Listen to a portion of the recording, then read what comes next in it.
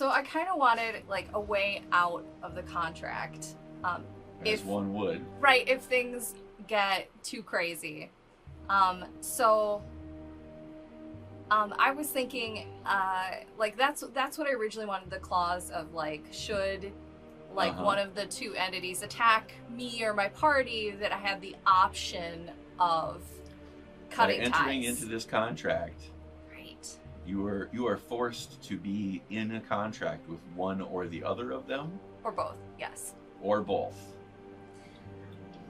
Now, what if I could potentially transfer? Like, for example, I become injured or old or something, and I no longer have the ability to mayhem as much as I used to.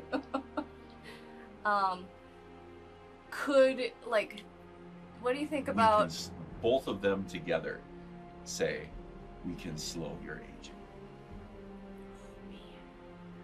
I mean, that's pretty cool. But, like, you know, maybe he'd want to retire eventually or something. So, could he transfer it to someone else? Like, get someone to agree to take over, like, sublet the deities? Or take, like, an apprentice or, like, firstborn child or something? Would they be interested in any of that? I mean, this is all very wishful thinking years ahead, because, like, you know, my character could die in the next session, so whatever. But the entity that serves Atropora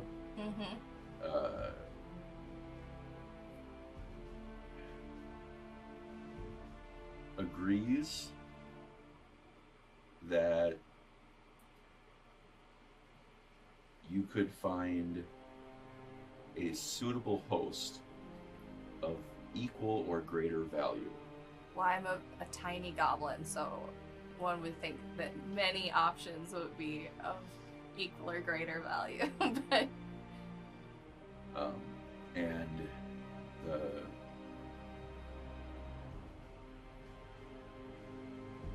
Malresh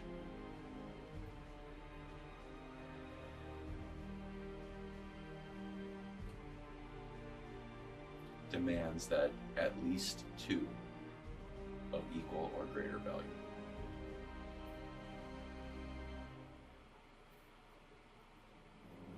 okay. And Atropora counters with, however many you give them, you have to give us. The Malresh says two. Okay, so I have to sell this to two other people. 2 and 2. 4. They didn't say that. 2 for the Malresh. Right.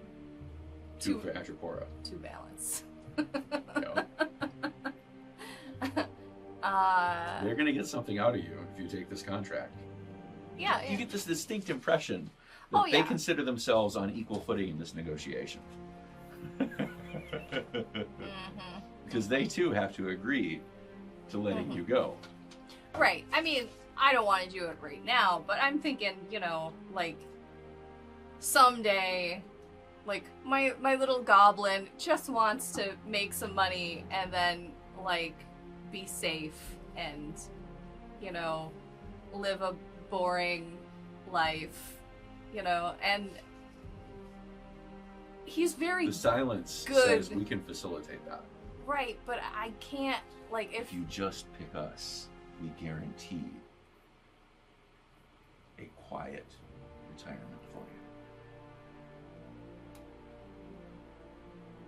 you. Do I think that means death? And a long life. Oh, well. Maybe, could I potentially, at some point in the future, decide to pick one or the other? Like, without any of those contracts, clauses that I built in? Like... Are you asking the DM or are you asking the entities? I'm asking the DM, like, in the clausation, like, you know, could I Give me a history check. In 50 years from now, I'm tired, Give and me the either silence a history or arcana check. sounds super nice. Like, could I pick the... Okay, that's a 3, so that's not great. It's probably, I think, I don't have more than a +2 on that, so 5. Not good.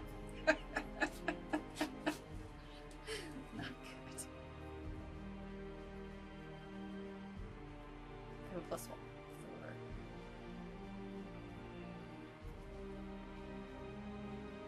These entities are very difficult to read.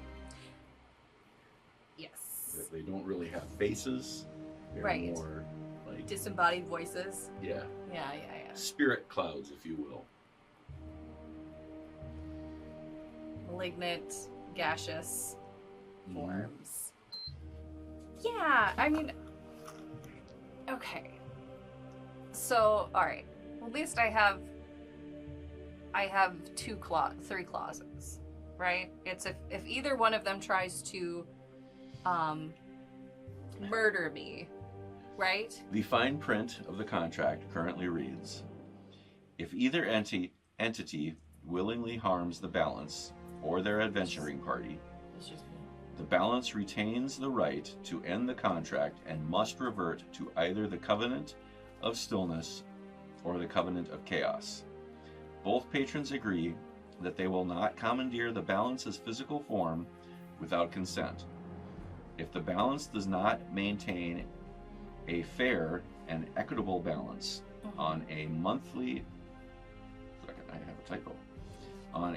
duration, this contract will end, and the other contraparty's contract will take effect, with the balance being given at least 1 day's advance notice of such imbalance, and the breach of contract.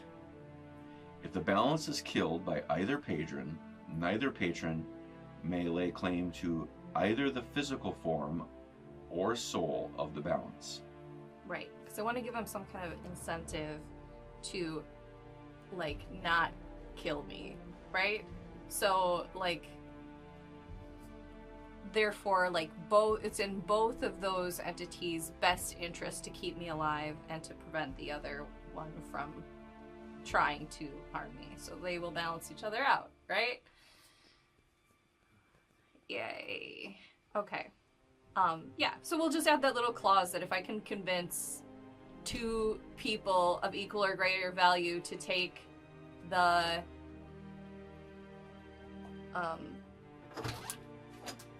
tentacle guy, and 2 people of equal greater value to take the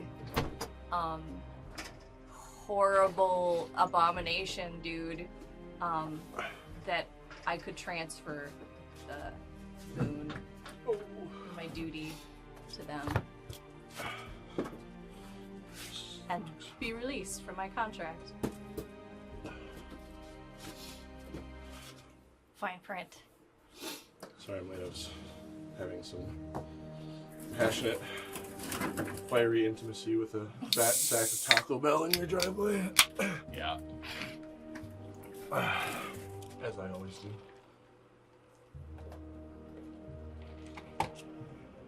Gets the juices flowing. Okay. Is that contract amenable to you? Yeah, I think we can work with this. The 2 entities spiral into like a tornado in front of you, and while you're kind of there oohing and awing, right down your maw. I proceed to, like, trying to get it off my tongue.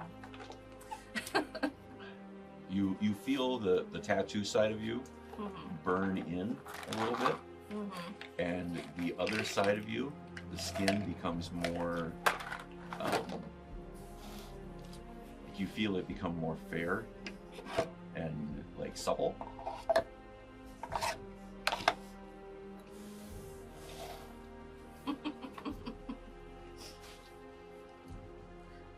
All right. Now, you and Kree are sitting there with the triangle table in front of you.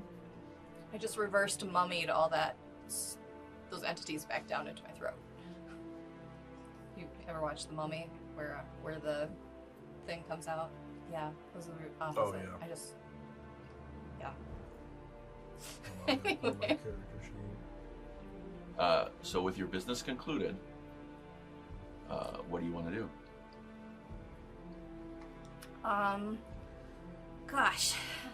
Well, is You currently Min still there behind me? He is. He's kind of just sitting back, smoking on a little stogie. Okay. Was there anything else that you wanted us to do while we were in here? Just... Well, I guess that's my business. We came to an agreement, so... Min looks over at you. Do you have any negotiations that you wish to do? With With anybody? management? Would you like to negotiate with management? Not really. Seems kind of scary. Management can be tricky. Do you think management could facilitate you giving your followers boons? Like, you could become, like, you're, you know, for your flyer Management thing? can do this. Guidance. Cantrip. I can facilitate. So what did you get? Everybody gets guidance. Just 1d4s to everybody. Well, this is something you could do with the book, is it not? Yeah. It's, The Feather of Guidance Feather of from Guidance, the Flyer. that's right. 1d4 on any, on any saving throw or Or skill. skill checkout. You know, that could really help some people out, though. For good or for evil. I mean, people are people. Except for goblins. Goblins don't- is goblins. Just don't get them Wow. confused with the feather of sacred flame.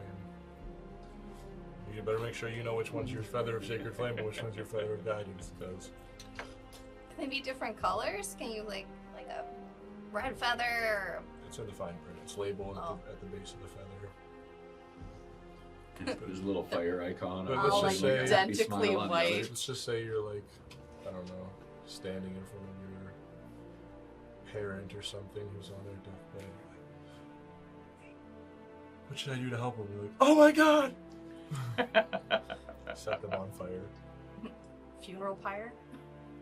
Oh, 2d8 damage. Well, if everything is okie dokie here, let's head back to management, and maybe head back to the carnival, and see what we're doing next. What do you think? Yeah, okay. I feel a little bit better now knowing that neither of the voices in my head are planning on taking over without my wherewithal. And you hear both of them say, kind of begrudgingly, "Not today." Yeah.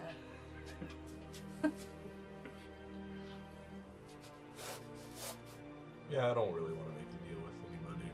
I'm good. I'll figure it out on my own. That is respectable. I got this sweet new book I can do a bunch of things with. Okay, everybody, let us go back. And marches out through the portal, marches back through the grotto. Kind of like skirts the grotto, not necessarily going right past the central flower. Heads back to the door, walks through the door. I'm guessing you guys follow him. The door closes behind him.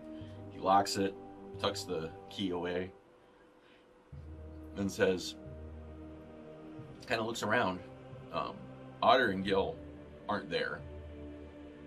He says, well, we have a bit of a smaller group here. Would you like to go for a walk? I am not very certain about what lies ahead of us, and I would like to have a better feel for what is out there. You, my little friend, are always welcome. and that you could be very handy in the need of a quick getaway. We are small after all, and you could carry us.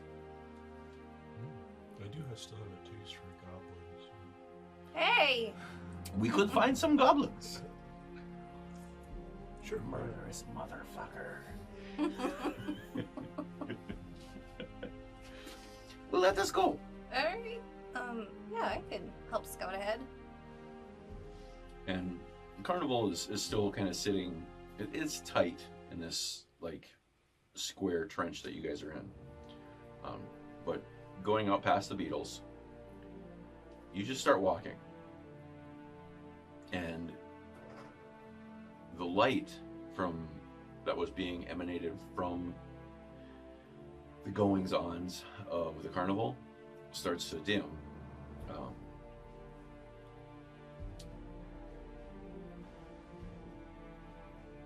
Min has literally no problem seeing in the dark. You find that your tremor sense has kicked in, and with every kind of step, you get a new vision of what is around you. Oh man, And I can feel everything. It is a little disorienting at first, but you don't. I mean, you once you get past the carnival and all the little things that are moving there, you find yourself just kind of taken in by this vast silence of everything that's around you, and it's kind of reassuring.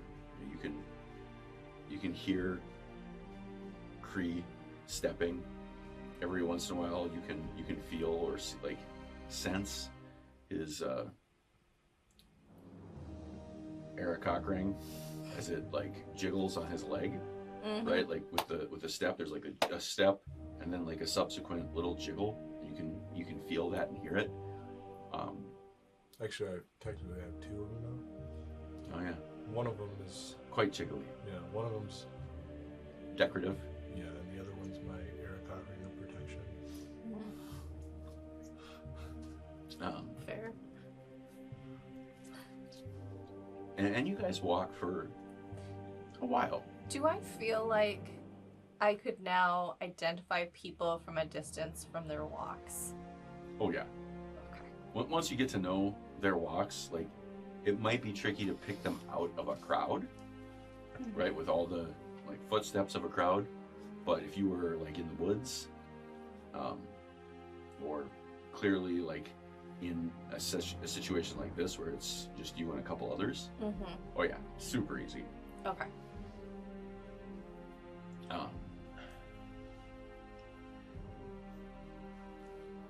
Give me what are you guys passive perceptions? Not really, like 12 or something. Passive perception is... Sorry.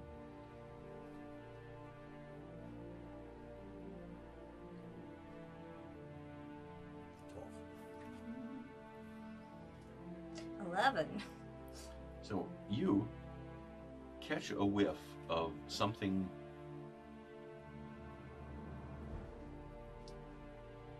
like in a like deep leftover sense of decay. Like what? Like dead animal body decay, or like dying tree? It's definitely dead animal, but it is like if you imagine being like in a desert and there's a pile of bones that's been there for a really long time, but there's still just a little bit of meat there. That's kind of what you're smelling. Like it's desiccated. Like the last remnants of like decaying flesh. Gross. Do I get a beat on? Oh, it's definitely coming from the other end of this tunnel.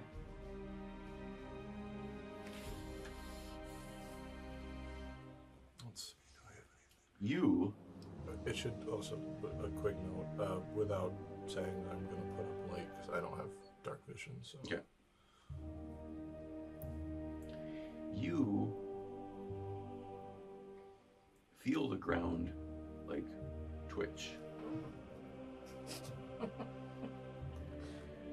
Could be an earthquake, like a distant earthquake. Something's moving out there. Maybe the ground, but maybe a thing. That is not very helpful. Well, I Is mean, it a worm? Is it a large worm? Is it a purple worm? I don't know. It could be an Is it- earthquake. What kind of something are we talking about here? Is it tiny? Or is it really, really big? Is it the kind of thing that I can step on, or will it step on me? I think it's really big because otherwise I wouldn't think it was an earthquake. That is good to know. We will watch out for earthquakes. I'm gonna cast aid on this level 3 aid. Okay. So that gives everybody an additional 15 hit points. Okay. Nice. For how long? 8 hours. Okay. Nice. And they're not temporary hit points, they're rehealable hit points.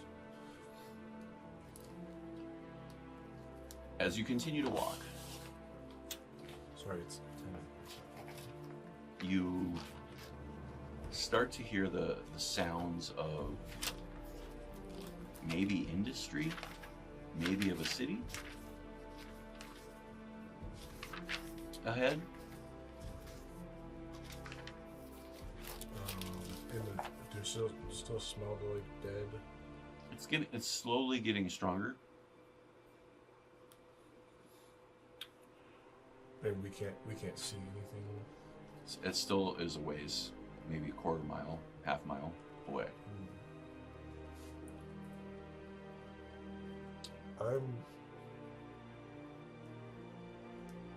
I'm gonna pick up a rock. Mhm. Are there rocks in the room? Nope. Is there anything? Is there anything? I mean, in there? this is still a perfectly square Square tunnel. tunnel. Okay, never mind.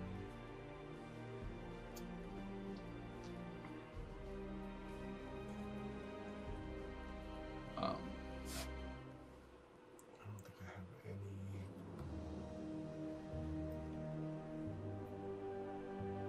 You start to sense that there is a change in the way that the ground is responding to vibrations. And ahead of you, there seems to be like something different in the ground. I like touch the ground and I put my ear against it, and I'm like, Okay, I when you point out. put your ear against it, Yeah. and No, he's fully lost it. give me a perception check. Okay. All right. All right, that is 15 plus 1, so 16. You hear and sense the movement of hundreds, if not more, individuals ahead. Oh. Okay. Yeah, I think there's a lot of things or people or monsters ahead. Things or monsters ahead. I mean, a lot of stuff. Can you tell what they like? I'm not familiar with tremor senses. Can you get any sort of information, like how big or small, or is it just like a vague idea? It's a lot. It's a lot like if you were in like a creaky old house. Mhm. Like you can hear somebody walking around up there, but you can't. Other than where they're located, it's hard to get a lot of detail about it. We should probably turn around. We're kind of trapped here, though, aren't we? Well, there is nothing behind us except for the carnival, and the carnival can't turn around. So it is better for us to go forward and see what is up here before we turn around. I think. Yeah, Just yeah. be ready to run. If it's okay, I would like to maybe get a little bit closer to you. I'll go invisible. Oh, where did you go? Is it super dark in here though? I mean, he's got light on. Oh, well then I will put my lantern away and I'll just be invisible. I'm still here. That is a nice trick. Alright, as we proceed forward with caution. With caution it is. And then Min just like takes the normal stance. He's just like, Can I do one of these things? you can. Start With to- your wings up? I'll start to creep and lurk.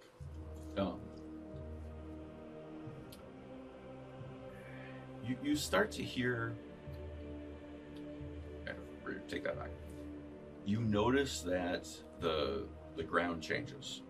There's a very distinct line where the ground changes, and it goes from being this black, almost impenetrable, like obsidian-like stuff, to being more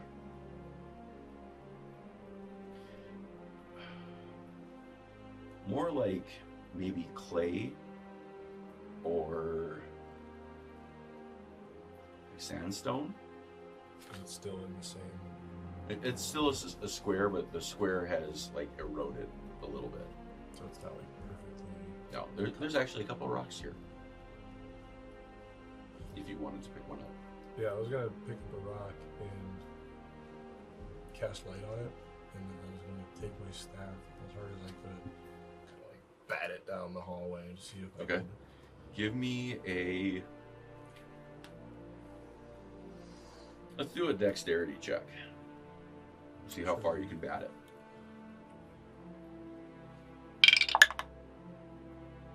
Yeah, it's not bad. 19. 19. So you. Sorry, that's a 15. It's not a 16, 15. it's a check. 15. Okay. So you hit this thing, and it has that wonderful effect of like the light moving down a tunnel, right? And it goes down, and just as it kind of gets like to the other end, you see it, like the light that was reflecting on the sides just disappear, and it's just a little point of light as it like falls. It falls? Yep. So you can't see it anymore. You see it, and it falls, and it goes down, and you can kind of see like a reflection of like something kind of square out there. Like the light is reflecting off of like a square shape. Looks like it drops down, opens up a little bit. Proceed with extreme caution. Aye, aye. Okay, here we go. And you all walk up there, and you get to the edge of this opening. What's the order here? You probably need two security kids, but Okay. We're at a flying V.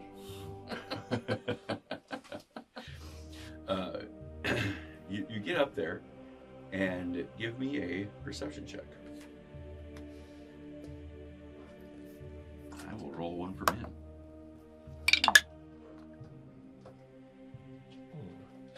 rough. 9. 14. I think I have dark vision as well. Oh. Yeah, 60. Okay. If we're gonna get into any sort of combat, I need to go out to my car. I forgot my paper with me. You- Chain on it. If and when we get to combat, we can take a quick break. You got what? I got 14. And you got 6? 9. Okay. So Min like kind of like pushes your feathers away and like sticks his head out from underneath your like armpit. And he's like, "Whoa, you don't see that every day." And what you see is this massive, massive cavern. At the top, there is it looks almost like a glowing stalactite, just like hanging down. Bottom of it's kind of rounded, partially darkened, but something on the inside of it appears to be giving off like a mild light. And there is in front of you this massive city. It appears to be etched out of bone. It is bone white, kind of bleached. In some places there is what appears to be like a necrotic looking veins that are like reaching up the sides of some of these structures. To your far right, there appears to be a round, shiny, moving object that goes from the ground through this cavity, like into the ceiling.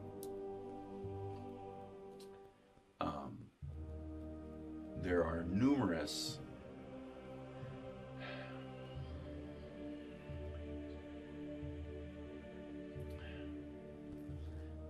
like, you know, like how a ram's horn is like spiraled around like this? Mm-hmm. There are numerous spires that are ginormous, like protruding up in this area. Probably 16 to who knows how many. There's a lot of them. Like, this space is huge. You are kind of on like a little bit of a like bluff, as the city kind of is laid out in front of you. There is like where this opening is, like the square opening, comes out, and there is a path, like a really hard right-hand turn, where this path kind of just like curls around into the city.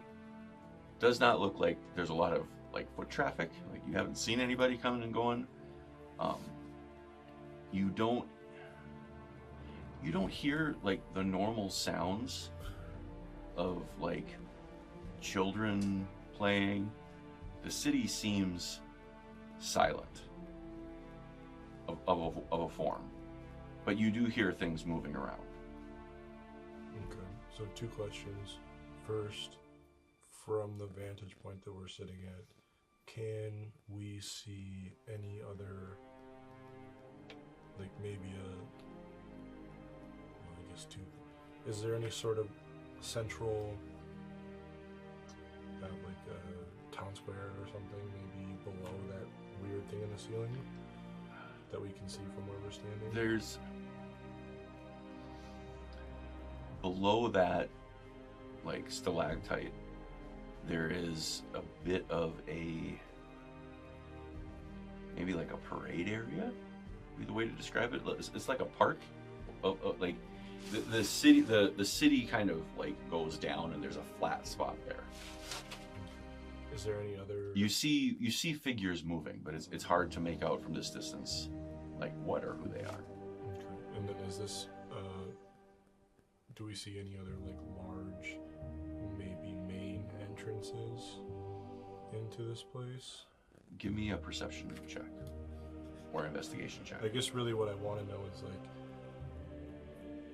does it appear that this is a place that people are coming in and out of just from a different place, or have we like stumbled into kind of like a sealed sort of area?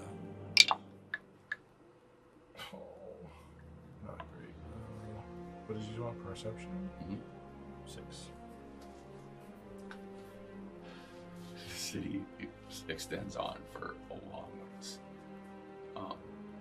At the edges, what little light is being given off by that central stalactite kind of dims, and there's a slight greenish glow in places, and that, like, the combination seems to, like, keep your eyes from being able to penetrate deeper. Yeah, obfuscate the, like, Yeah, edges. like of the central spire is red, like kind of shining out this light, and then on the sides there's some spots that are more green.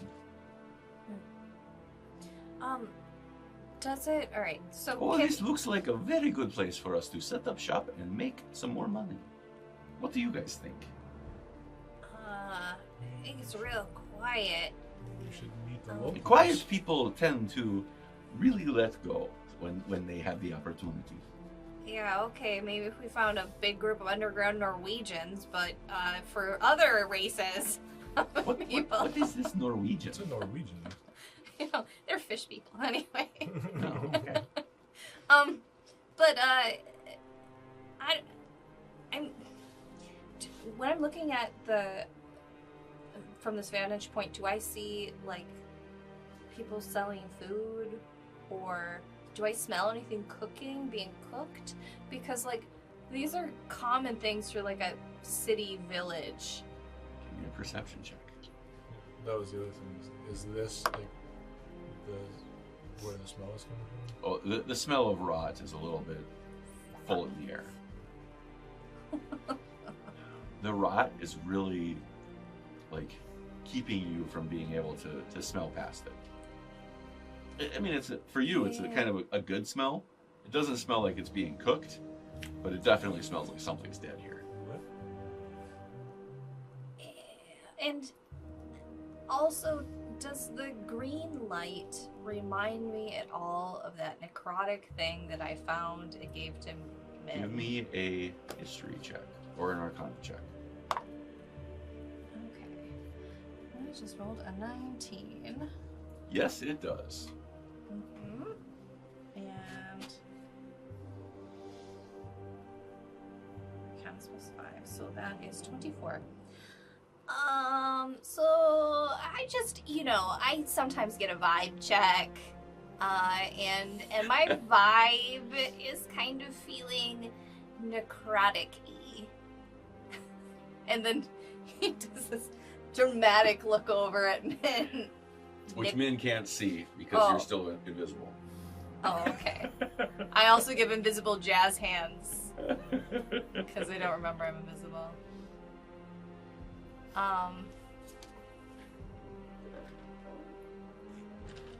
And then he doesn't respond and go, you know what I mean? Wink, wink, wink. Wink, wink. On what grounds are you basing this vibe? Well, that green light. Just like kind of a perception. Fungus grows green. Yeah, but it feels real necrotic-y. Oh, look at you. Negotiating with deities, and now an expert on all things dead, huh? Well, I mean, it smells kind of dead in It here, smells too. delicious in here. What are you talking about? Oh, okay. So to us, it smells rotty. I mean, rotten stuff can be very delicious. Yeah, Have but you not had lutefisk? No, I don't eat fish people stuff. It's not really, Norwegian food. not really the Norwegian food. Not really that big of a deal. But yeah, I mean, I've had some of this stuff that Otter brings out, and that's that's like the equivalent of a funky Should we go cheese. find out? Like a we stinky can- cheese or stinky tofu. You know what but I haven't done in a very long time? Be sneaky. Would you like to be sneaky with me? I mean, I am invisible, right? Yes, but I can hear your footsteps. Just You're not be being like- very quiet. You need to Jingle, jingle, jingle, jingle. you need to try to walk maybe a little bit less aggressive, my friend. Let us try sneaking together. Let's go meet the locals.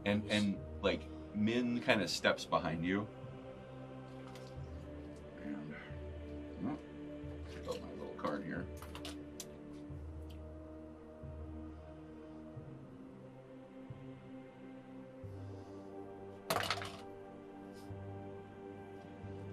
Yeah.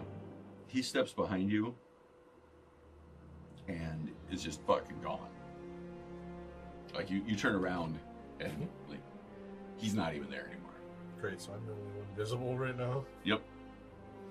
It's okay. I'll remember that when I can fly away and you guys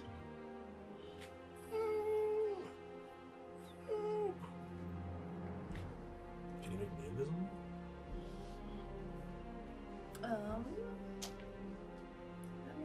Look. My spells out.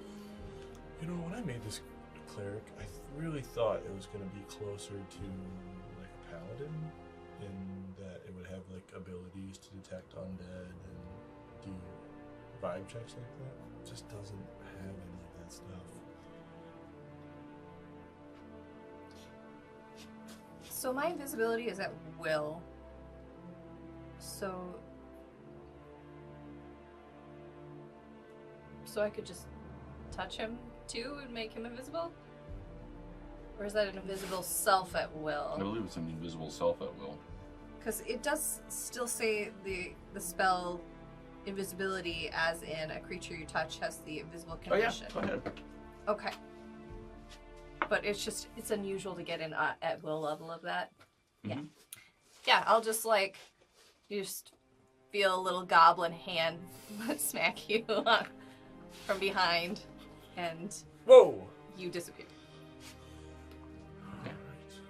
Well, You go invisible and Min kind of like appears in front of you like out of like thin air. Like, that is how you do it. Now let us all sneak together. And he turns around, and as he does, he just kind of turns into a shadow as he seemingly is walking forward. well, we could just. You guys are small creatures, right? I don't see why there'd be any reason why I couldn't carry 2 goblins and fly. Right? Maybe do some aerial reconnaissance. Okay. Yeah. I mean, Well, I wouldn't. I've been walking for a very long time. I would love to take a ride. Sure. All aboard? how are you gonna carry us? Are you gonna have one of us in each claw, like a little guinea pig? Like I just scooped up Feet goblins. claws or arm claws? Feet claws. Feet claws. Okay. Yeah. Do you have hands and then wings, right? Or do you Yeah. have wings with hands? You have hands and wings. Okay. Wings are separate. Fair. But when I fly, I like to do this. I like to pretend I'm Superman. So. Okay. So 2 fat little goblins, you two take little... you take to the air, hamsters. carrying 2 goblins. It's a little bit not very aerodynamic,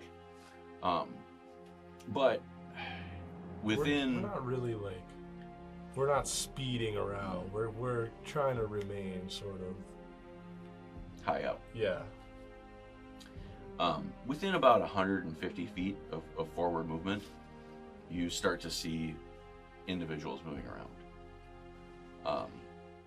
They appear very bony, but dressed in quite nice clothes.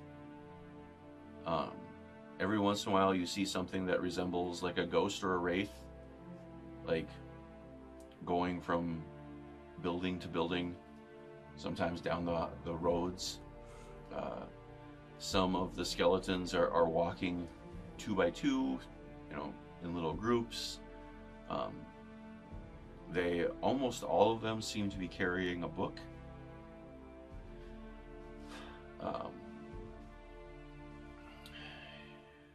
You notice that there are places that appear to be like shops. You don't see any place that seems to be making food. So it doesn't look like they're, reenacting things they did as living people. It looks like they are doing skeleton things. Down here at Lich City. I'm going to say that's an Arcana check. What is defined as skeleton things? That's why I'm saying it's an Arcana check. Oh man, that's not great. That's 7. I mean, sure, if during their living they carried around books, they could just be carrying around books. Or the books could be stories of people's souls, and they're taking them from place to place. Is that what the voices in my head tell me? No, that's what your reasoning tells Okay, you. all right. I'm gonna be like, hey guys in my head, what? Have you ever been here? Do you know what this is? Or it could be the tome that binds their souls forever to the undead city. The Malresh says, I can tell you for a price.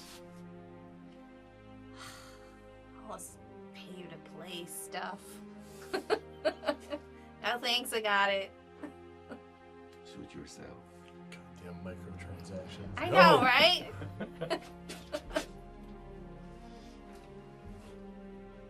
I guess the Malrush guy says that he thinks that he has some information, but he won't give it to me. Because he's cheap.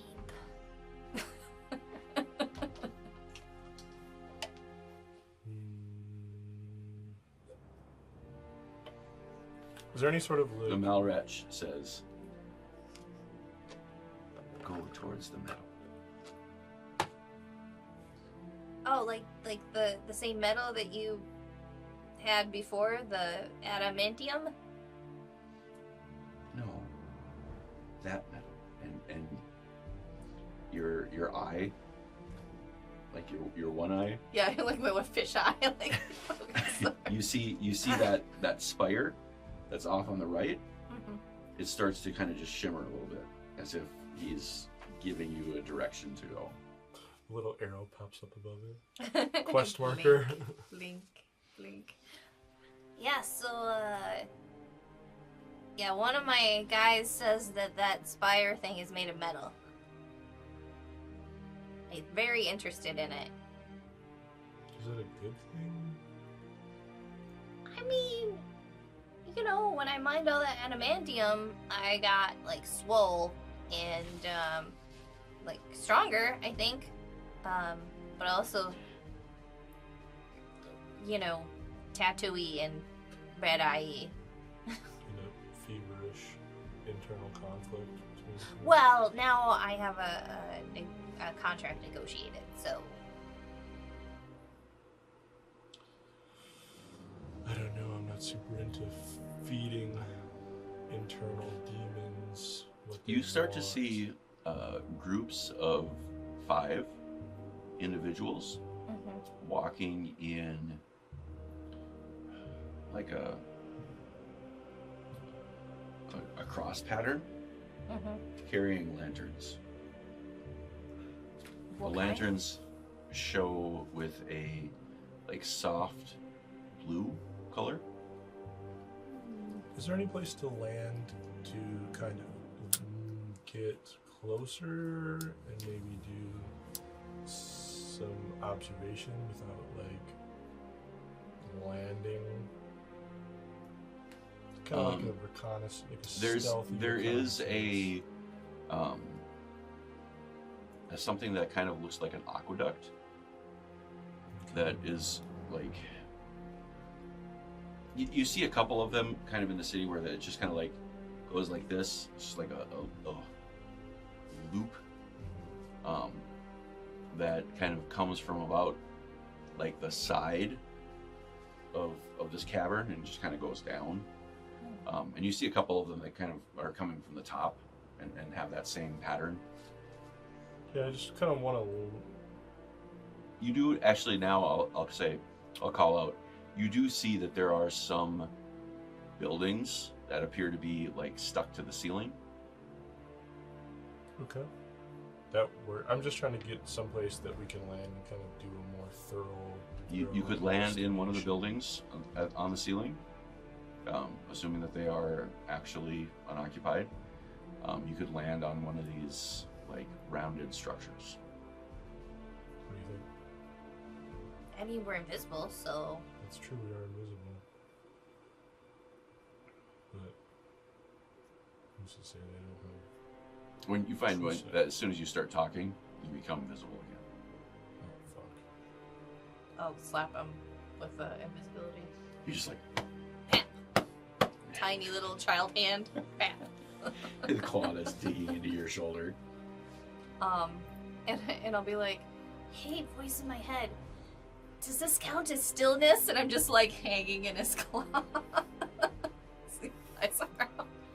Are you giggling? No, but I just play dead like a kill that he's flying around the city. Do you let your body go completely limp? Yes. And you get a set like a very quieted sense of yes. Okay. And it fills you with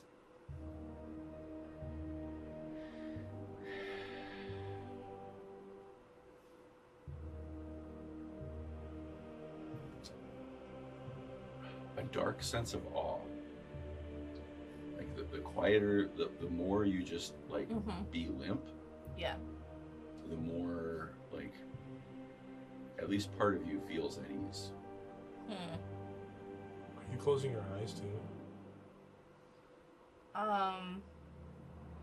No.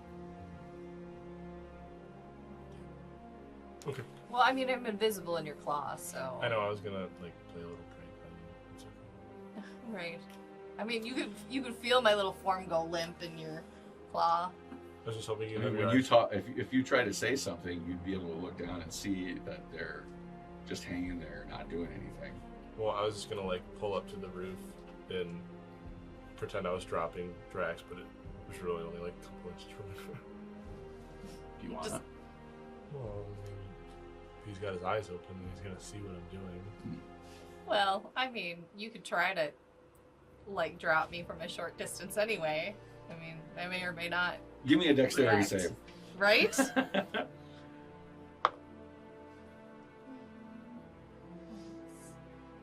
Dex. 13. Yeah, you managed to land on your feet. Okay. Well, I'm dropping both of them. Not from high, but Min lands like superhero pose, just oh yeah. but really silent. And then I'll leave them up there, and then I'm gonna kind of fly in to try to get a closer look at everything that's going on here. I want to see those like lantern guys. You're invisible? Yes. Okay. For now. See, that was a bad question because So suddenly you become visible, and everybody tries to kill you. So as you specifically, what are you trying to investigate? I want to see if they look like they have some sort of autonomy to them. I want to see like if they look like. Okay, you see from the thing on the top. You see like a little like kind of red that like seems to emanate out of it now in like a pulse. And does this remind me of management? Because that was all like weird vines / veins too. No. Okay. Okay. And we're on the metal tower? Is that where you dropped them? We're on the building on the ceiling. Okay, so we didn't go to the different tower. No, we didn't go to Okay. the tower. Okay. What does this building made of? It appears to be made entirely of bone. Seems on brand. Yeah. You'll just. But it's a really, like, dry bone. Can I tell what kind of bone? Are they human bones or? Are Oh they... no! This is literally like a bone, like a single piece of bone that looks like this structure. Parts of it look like maybe they had been like carved from a living animal before the animal healed. Can I tell what kind of animal it was? Give me a nature check. Okay. So what you're looking for? I just want to see if there's any sort of sign that they're being controlled, or if they are kind of acting of their own free. Like, I want to kind of look at their movements to see if they're in sync, or if they have any sort of weird symbols. Or So you see that some groups share the same type of clothing or insignias. Some of them appear to be maybe have like the one of them you see has like a sash carrying like a thick tome, and you see this sash and it has like multiple insignias on it, whereas some of the others just have like a couple of symbols at the bottom of the sash. This one in particular, folks give them a little bit more of a wide berth as that one walks through the streets. But there are others who are wearing different types of clothing. They're like the group of 5 carrying the lanterns. You see multiple groups of 5, and they all seem to be dressed with the same type of clothing. Nothing in particular would signify the one in the middle that you can tell. You see a couple. Give me a perception check or investigation. So it would check. seem, at least at first glance, that they're kind of acting on their own. 13. 13. What is with these? You've never seen like a creature that would have a bone this big, Yeah. right? Like this is, like even in some of your travels lately, nothing like would be this vociferous, right? But like you've done a lot of like carving with bones, and like this isn't something that was carved after the fact. Like this must have been something that was like, you've seen broken bones that have healed and like on things that like you've killed, Yeah. and it looks like the bone had been like broken or cut and then healed. Okay, what you got? 8. What was the question? I was just trying to see if, like you said, if they seem to have their own sort of autonomy, or if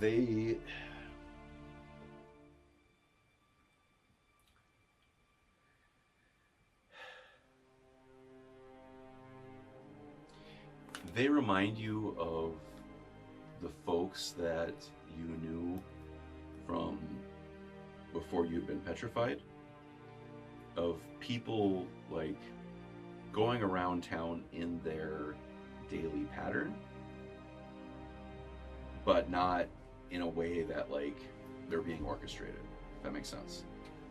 Like you see, like you don't like see like somebody walk out from a door, come into the next one, and then go like another person do the same thing, right? Like you see one person comes out this one goes this way, then they come out and they go that way, and it looks like they're each doing their own intent, except for the guys who are walking around in groups of 5, and they seem to be a little bit more patrol-y. another weird question. Do they No weird questions in this game. Do they look like individuals, or do they all appear to be like? Oh, these are every single one of these has some level of individuality associated with them. Like they have been dead long enough that you don't really see any flesh on them, but the clothes that they wear and some of the adornments uniquely set each one up. That's all my questions. I will fly back to them. And yeah, I'll just tell them, like, they all appear to be doing their own thing.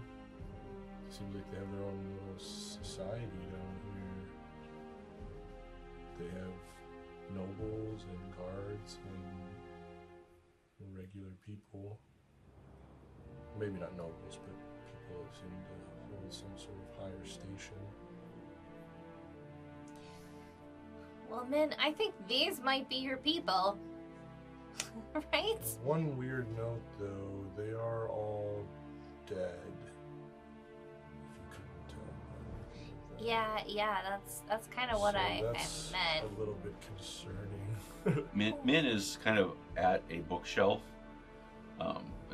The bookshelf itself is like carved into the wall, and he's just kind of like picking books off the shelf and just kind of like flipping through it. Yeah, so I don't know how these people view flesh-covered creatures, but like maybe they would be more amenable to talk to somebody who understands their current circumstances. So Min comes up to you and says, "Can either of you read this?" Maybe they're hungry and need a taste for that. undead goblin. No, but this book. Can any of you, either of you, read this book? Can I read it? What languages do you speak? I speak. Common, Elven, Celestial.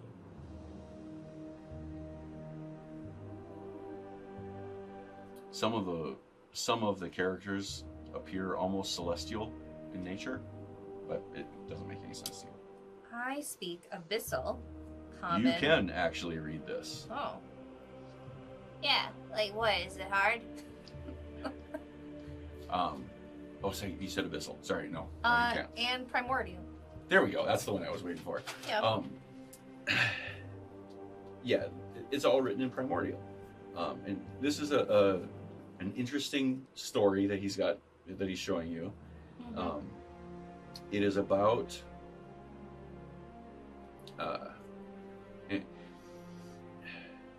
it's a story about wandering through the realms, and at one point there was a place where we stood that was so green and lush that just to account for it would take multiple lifetimes. And so we sat, trying to record it all in our memory. And then it goes on to say, the grass nearest to our toe was 6 inches tall.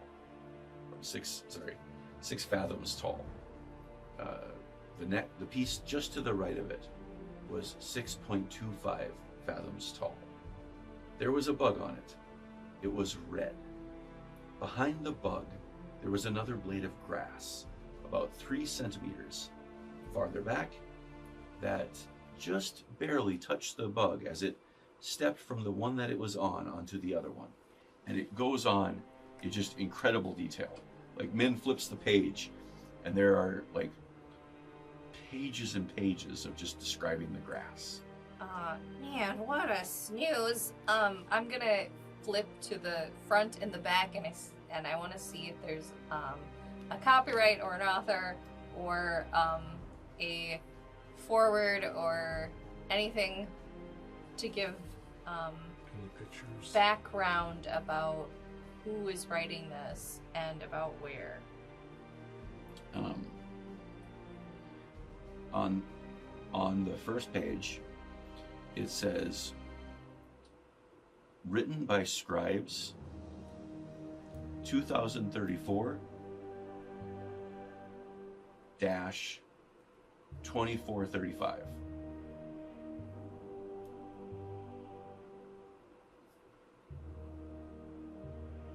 Oh, this took a really long time to write.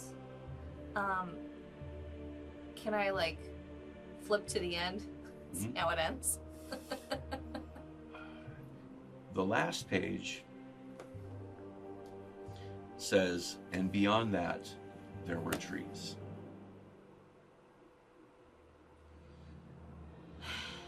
You know, not everybody The should be title, an the author. title of this book was The Grass. I mean, you get what you expected, I guess. Man, that was boring. Riveting. I mean, can I grab like another book and see like is it also in primordial, like, or is that? Looking at the spines of these books, Yeah. they are all written in primordial.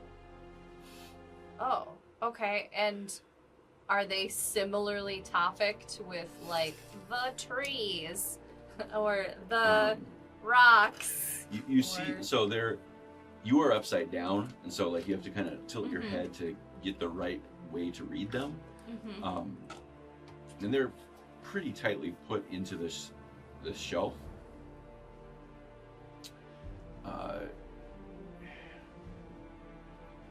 The next, like there's a gap where you pulled this one out. The next one in that row said was like in the evening. The next was for the next 3,000 years, and you see on them like each one has like on the spine has like a series of numbers that seems to like increment as you go like one way down the list of tomes, almost like an encyclopedia of sorts. But the incrementing is like really kind of hit and miss,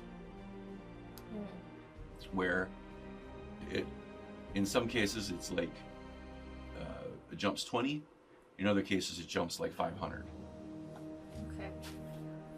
As I'm kind of paging through like one of these books, I'm gonna doodle like a giant like goblin with like a little speech bubble that says, "This book is boring." Okay. And then I'll close it back. I go, "This one's for you, buddy." Okay. A little bit of chaos. I figure a city of librarians, someone is gonna get mad about that when they find it. There's a sense of deep glee that like emanates on part of your body, and as it does, you get that shimmer again, and one book like highlights for you. What is this one? I'll just like reach out and like It's a little bit out of your reach. uppy. Like, just like, I don't want to patronize you by getting it for you, so I'm gonna pick you up and let you go. alright. You pick up the goblin and I grab at the one book. I know you could get it yourself, but So this book, I'm super lazy though. it is distinctly different than all the others in the way that the spine is built, in the way that it is designed. There is like a mechanical aspect to it, and like as you grab it, you see like on the surface a couple of gears just kind of when you open it,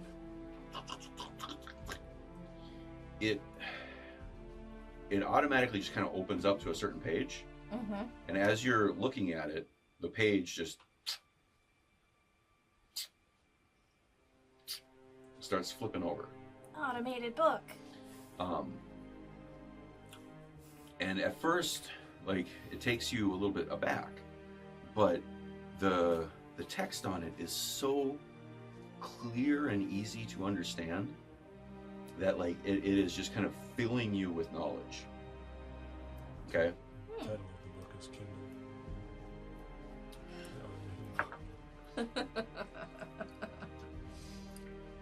It's all about pet care. Like, Chicken noodle soup for the young teen soul. The young goblin Right. soul. for the young elemental soul. No, it is The Days After the Worm is the title on the book. And it recounts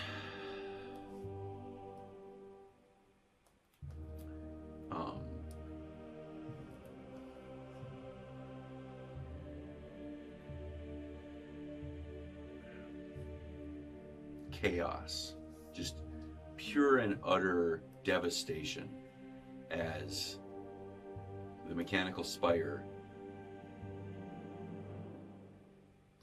found itself lodged where it is and continues to eat its way deeper into this place. So, is it saying that this bone is like a mechanical thing and it's eating its way down? It is saying Or- that like you understand it to be that mechanical thing that's in that large cavern. It was like eating its way through the cavern. Is it like a drill? It is called the worm. And that's what that Does- is. Square tunnels. Okay. Does it say from whence the worm came? That information would have been in a previous book. This is after the worm had come. It talks about Okay, you need volume 1 before the worm. it talks about how Prequels. directions are shifting. Construction has had to start and stop in numerous locations as the city needs to be adjusted to account for the difference in directions. There's some weird thoughts about how, like, comments and notes on rapid construction methods for constructing by bone, brought to us by outsiders. Question for you. Technically for you, but you're gonna have the information. How is worm spelled? Is it W-O-R-M or WYRM.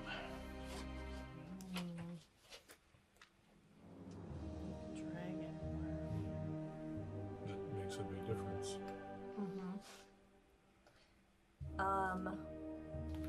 Okay. Does it say anything about people like these people? You know, like the undead walking about? Does it sound like they're humans? Who are the citizens? Does it give any clues to what they are? It talks about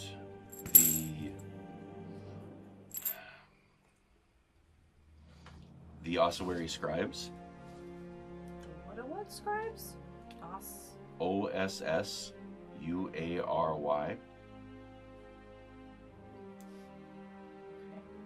The Lantern Bound.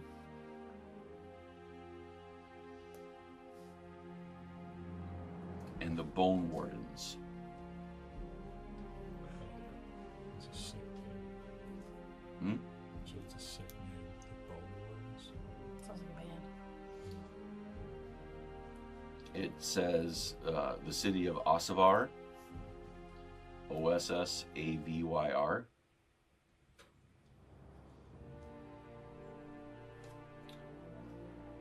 Started doing metal band. Bones. So And it ends with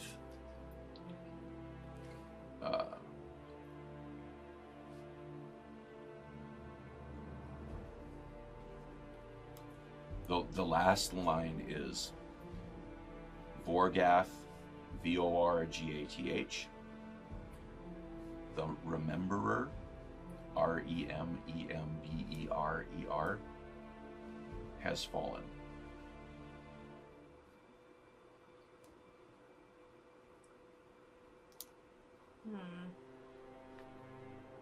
And that is the end of it. Okay, so there is a possibility that we are currently in the city of Ossavar after the worm, as in dragon worm, and any of y'all heard of Vorgath the Rememberer? Is that what you know? I'm old. You are old. Give me an Arcana check. I can say that this one is not a name that I am familiar with. I could ask management. I mean, you're pretty old, right? This dice is going into jail. I am quite old, It's going into dice jail. but management is old. That's true.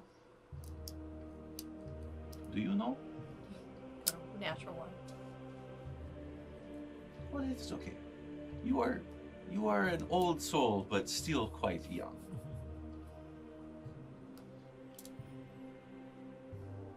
What else did it say? I got a +3 on I don't know, just a bunch of like city planning notes and something about ossuary scribes and lantern bound and bone wardens. Should we take this book with us? Probably. It's already in my bag. I guess we are taking it with us. Does it give any information? Like any He looks lore? around and he's like, and I think we will take this one too. And he picks up like a, it's a metal like instrument. It could be a pen, or it could be a like bone scraping tool. Detect magic. Okay.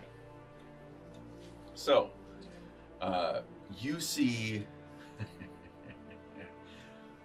you see your two companions lit up like Of course. Christmas trees. You're lit up, like, and mostly your ankles are lit up.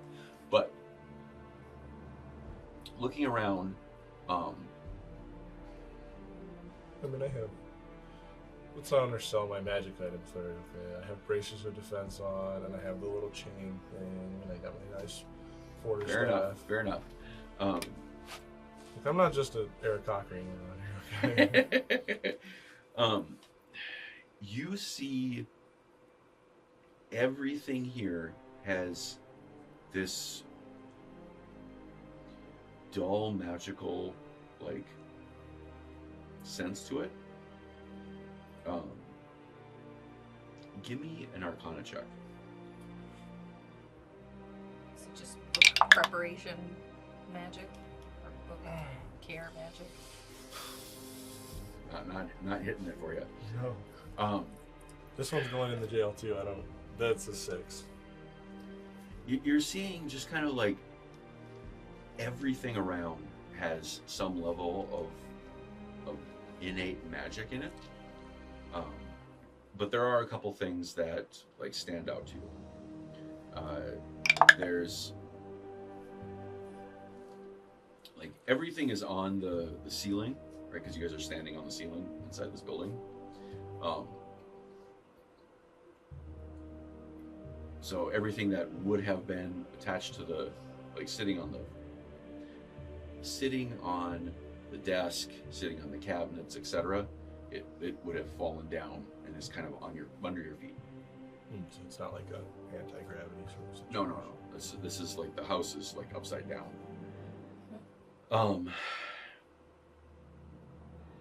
You see a blade, like an axe, that is I think maybe the easiest way would be to try to draw it. You got a pencil or a pen over there? I can sketch this thing. There we go. Ooh, multiple colors. Yeah. I'm gonna use the black. You can. You have to push There it we go. down and Yep. then in. Otherwise, it won't. So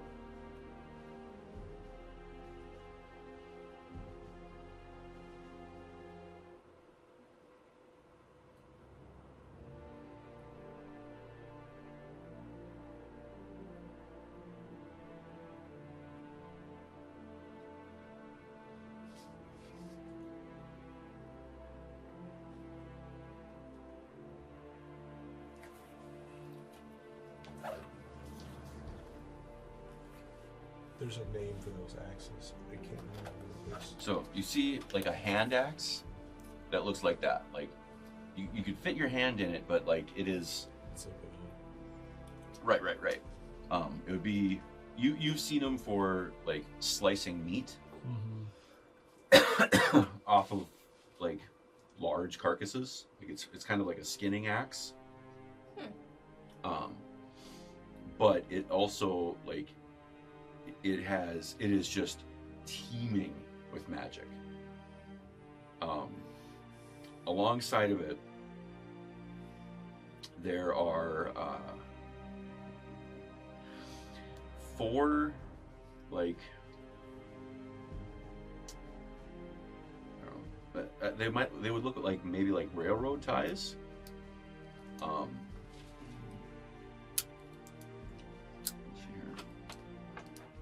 see if this is gonna work. Oh, sweet. Oh god. That's what it's called. It's an Alaskan Ulu Skinner. Okay. Yep. Kind of like that. And so you see, when they fell, they landed like with the points down, and they stuck into the bone. That is the ceiling. So you have 3 that are stuck in the bone, and 1 that's just kind of laying there All on the its same, side. all the same thing, They look like they're all the same thing. and they're all magic. They are, again, very magic. Violently magic. Yes. Okay.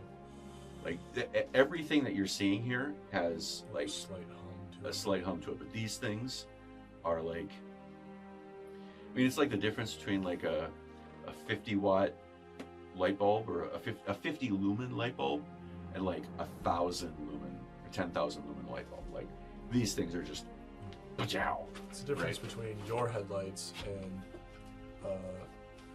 mother of 4 in her giant brand new Suburban. Yeah. With her high beams on. Yes.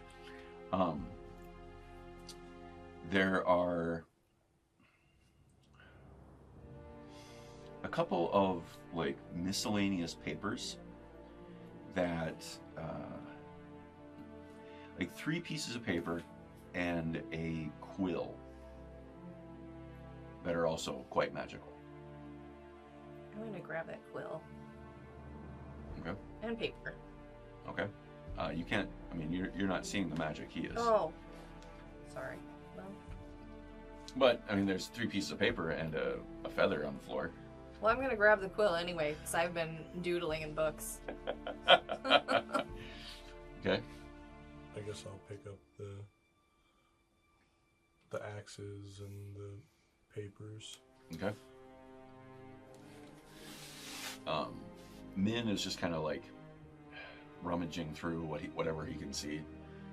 He opens up a cabinet and a bunch of other stuff kind of spills out. Nothing there magical. He opens another one, and this like powder, like there's a pouch and a bunch of powder, and like the pouch like falls on the ground, and the powder just kind of goes out of it, like as part of. It still has like stuff in it. Just there's a lot of powder here, so it hits the ground and it poofs, and that the powder that's in that bag is also deeply magical. Did he get any on him? Where he was at, like it fell to the ground kind of below him. Mm-hmm. So I would say that nobody got any on them. Okay. I'll go up and pick that up too. I'm not gonna show it to him. But be careful if you don't know what you're getting yourself into. I'm trying to get myself into this cabinet, seeing if there's anything good in here, but I'm not finding any gold or silver. Just stuff for writing. Very boring. Well, you just drop this pouch of magic dust on yourself, almost. And I picked up a couple of pieces of enchanted paper and the other. I want a large diamond. This is what I am looking for. Well, beggars can't be choosers, all right? I am not begging. If I I'm find just you, very choosy. if I find I you a know large what I like. diamond, I will sell it to you. You will give me a good price, right? No, We are friends. terrible price actually. The exchange rate, I don't know what the exchange rate of 1 gold to 10 copper or 1 copper is in the min exchange fund, but my exchange rate for It is equitable when you need copper and you only have golds. well, when you need giant diamonds and you only have gold, that exchange rate's gonna be This is what I get for trying to help you out, I guess. it's fair business, right? Well, from up here, it looks like this city is pretty dead. But maybe they could use some entertainment. Could liven things up. What do you think? I get it. I see what you're livening up. I see what you did there. Or they could try to eat us. Should we go find out? I mean, I think I can look you would very be dead. a great ambassador to try to figure out what is going on with all these dead people. And then yeah, you could see maybe they would want a show, and then that's fine. If our friends back in the tunnel aren't too weirded out by an entire city of dead people. Well, let us go introduce ourselves. I have so many begone dead people spells and abilities. That's like the only thing that the cleric does besides healing is Chase away the dead. chase away Well, undead. let us go use some of your special powers. Maybe. It's your special purpose. You don't know that reference, do you? No. Steve Martin the jerk. Mm-hmm. It's a movie. I guess you had to be a little bit older. Anyways, I'm only 27 now. I don't know when that movie came out, more than 27 years ago. Was it early 80s? I think so, yeah. Yeah. Well, why don't you do your magic and let us go down and let's introduce ourselves. Oh, before I forget, here is one for you and here is one for you. What He is gives you a pouch, and you can feel inside this pouch there's little rocks. but is it magic? Oh yeah. Do you guys, are you familiar with the stones that we put out to herald, the herald stones that we use? No. Well, this is some Carney magic. Before we are going to go to a city, we like to put out these stones, you see, in various places. And when we come to the city, we will announce ourselves, and the stones will do their magic, and they will create a river. There will be fish and frogs, and it will bring everybody to the carnival, so that they know where to find us. So I give you these stones in the event that we need to set up the herald stones. I have good feeling about this place. Just a side question. Would these undead people count as corpses for management? No, they are not meaty enough. Okay, they want a juicy corpse. Unfortunately, management needs a little bit more to eat on its bones. All right. I mean, I'm just trying to think outside the box here. Management appreciates your efforts. I am sure if there is anyone alive here, you will do your best to try to kill them. Well, I mean, I just... Inadvertently, of course. I am good at chaos. Inside your head. Yes. Okay, let us, as we say in the carnival, get this show on the road. Or get this min on the ground. Alright, I will scoop up my little goblin friends. I will make... well, do you want to be invisible? It's probably for the best. Yeah, I'll slap an invisibility on him and on me, and we'll And leave. because he's carrying Min also goes invisible. Okay. And as you guys... You just become items, and you just... Yep. Like, somehow you enter my inventory, and I just carry you. Mm-hmm. And as you are flying down, where do you want to land? Man, where do you want to land? You become visible again. Why does talking make you Right there in the center. Is a good place, I think. Make me invisible again. I make you invisible.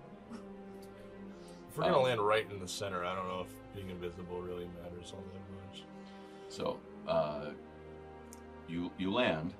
Do you want to drop Min off and take off again? What do you want to do? I probably shouldn't. I probably should stay here with him. Okay. Min kind of steps forward, out of invisibility now, and kind of looks around, and nobody's really paying him any attention. Everybody seems to be like going about their daily business. A couple like glance over and see him there, and then just continue on their daily whatever they're doing. Min like starts walking kind of in the general direction of where the square cavern was, the square tunnel, kind of to the edge of this large opening in the center. And he comes up to one of the individuals with the long sashes. There's a symbol, a single symbol at the bottom, in abyssal, or sorry, in primordial. You see this as like what it means, like effectively lowest rank scribe, very very junior scribe.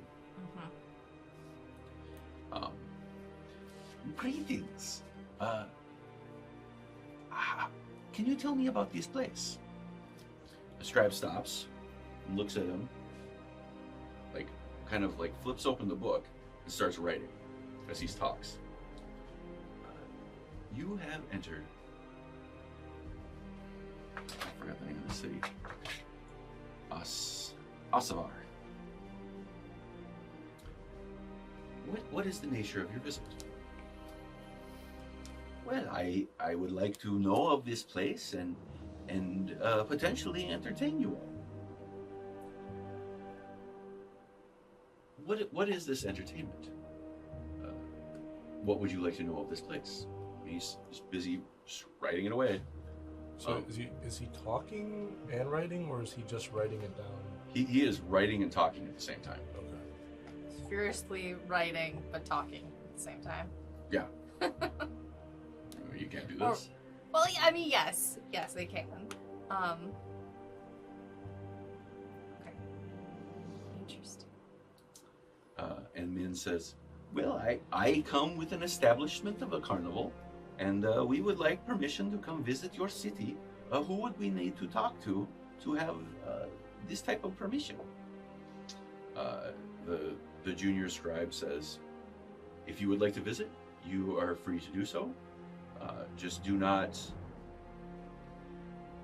damage the library, and adhere to all forms of normal decency. Good day. And he closes up the book and he continues walking. Min turns around and says, "Well, that was very to the point and not very friendly. Easier than expected, no? Not what I was expecting." I was kind of expecting a lot of like moans and groans and not so much civilization. Yeah, more yes. dead You see people. that one over there? He is not even walking with limp. When do you see skeleton not walking with limp? It's true. I can swear that one over there looks like it's smiling. You look over, and like, I mean, it's a fully rotted away flesh. The teeth are like back, but like the jaw is just a little bit lower, like it's not clenched fully tight. And it looks at you, and you get the sense that it's almost smiling at you. I wonder if these people know that they're dead. You know what I Why mean? don't you ask them? As you have that little exchange, a wraith kind of like comes up out of the ground in front of you, like looks at you, like kind of like, I take a couple steps back. and continues on past. This particular individual seems to be wearing like military clothing, right? Like they're wearing armor, and like it goes past you with like this sense of like you've been inspected, and it carries on. It just vibe checked me? What? It just vibe checked me? It kind of just vibe checked you. I'm like holding my holy symbol. My own holy symbol, the holy symbol of the flyer. What is the whole? Is it a feather? Like what is? Yeah, it's a feather. You are feeling like all the little footsteps, and you're feeling like a little bit of creaks where like the other bones are coming together. Yeah. Like everybody is effectively barefoot in here. But you notice that there is one set of like shoed feet. Shoes. They are maybe like just past this line of buildings, probably on the other side of the block, and like kind of making a motion like that, like they're sitting or just kind of like moving their feet. You They're not notice stomping. one of my little ears perks up. As I Like mentioned, my shoes. Jack Russell. Yeah, there's somebody's different over there. Well, maybe they are more social. What do you think? So, question about now that we're here Mhm. in sort of the city proper, we kind of have a better bead on these people, if that's what you want to call them. And Are I'll point out they- that the opening that you're standing in, it's not like it's grass. It is Bone. It is more like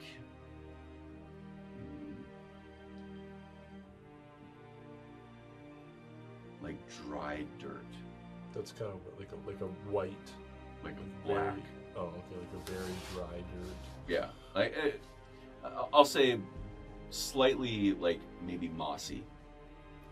Well, what I was going to ask is, so now that we have kind of Or up lichen-y. close visual on these existence here, are these people, does it appear that they're doing some sort of like, does it appear that they're doing like normal tasks? Like, are they like going to the store and like shopping for things? Are they talking to each other, You or do are they clock just kind of at like least one. There's a couple of times when like two will come up and talk to two, and then they'll like split ways and go opposite directions. Is it audible, the talking? It is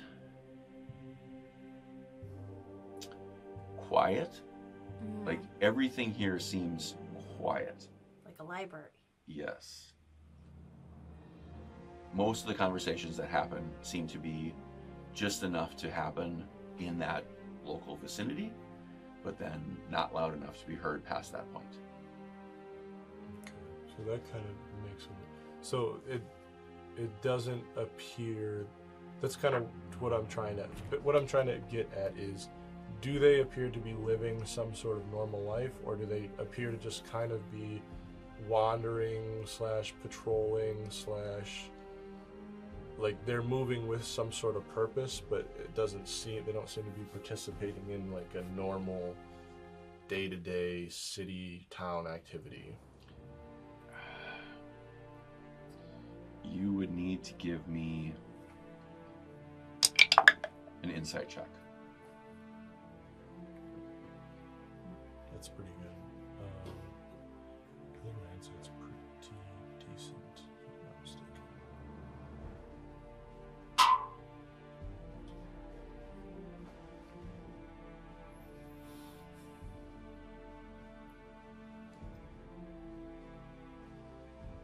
Where's my insight? It's a dirty 20. They all seem to be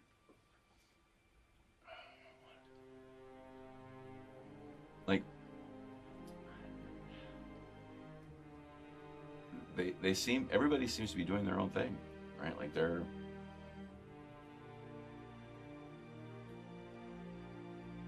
The normalest undead city we've ever seen. Yeah.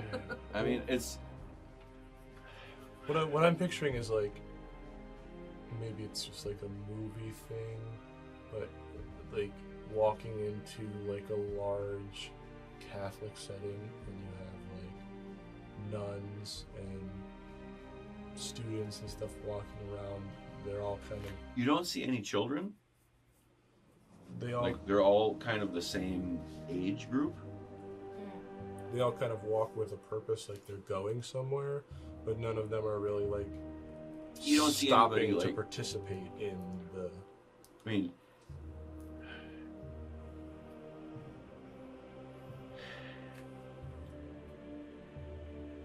the signs of life that you would normally look for, you get the distinct, like you look around and like there's no coffee shops. There's no reason for these individuals to be drinking coffee. You don't see, like, everybody seems to be wearing well-made clothes, but you don't see like in this area, you don't see like a tailor shop. You don't see somebody like carrying bulk cloth. So that's kind of what I'm. So But- they most likely have no need to eat or drink or probably sleep or anything that a normal living person. They have no need to participate in. They're purpose bound. They have no real need to participate in the woes of like a life. They're Right. bound to a purpose. But it's Why are their clothes so nice if there's no tailor they shops? don't seem like, you've read stories of like bound souls, and these souls or these creatures don't seem bound. They're willing. They're doing something. See, like it looks like it's their own free will, but their own free will here in this case is very like structured. Like it would look a lot like if you were at a monastery. Like the monks are all Yeah, that's moving kind of around. what I was Yeah, getting at. they're with they're the moving church. around. They're moving around with what their intent is, Right.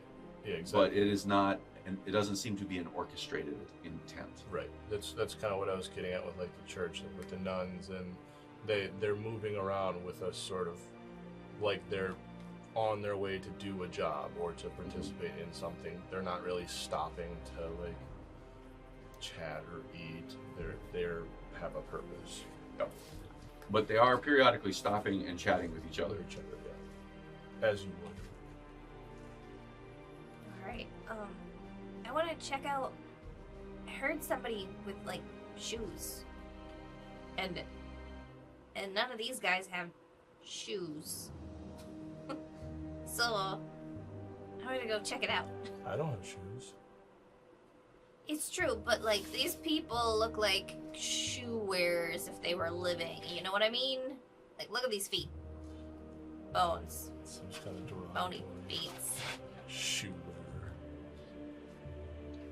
Okay, let me check it out. I know you haven't told me, like, you haven't said anything, but we can go check out that glowing spire if you want to. I mean, I am sort of interested, but I'm also concerned that my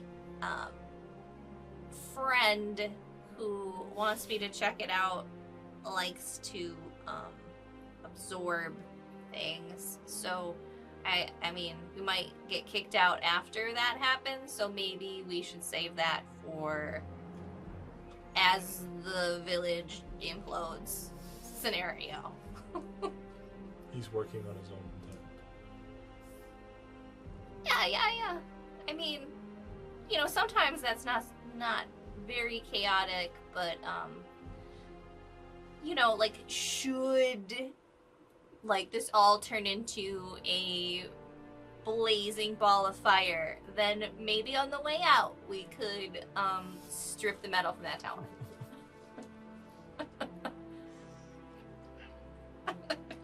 I'm assuming my, like, I don't know, I don't think so. So I'll point out that tower is like 800 feet tall and like 200 feet wide. It is more like a small mountain. So, like, you're saying that, like a child with a giant wedding cake, I could go around the back and lick the frosting off? Just like the front of it where everybody can see is like perfectly fine, but the back of it's just destroyed. Small toddler hand.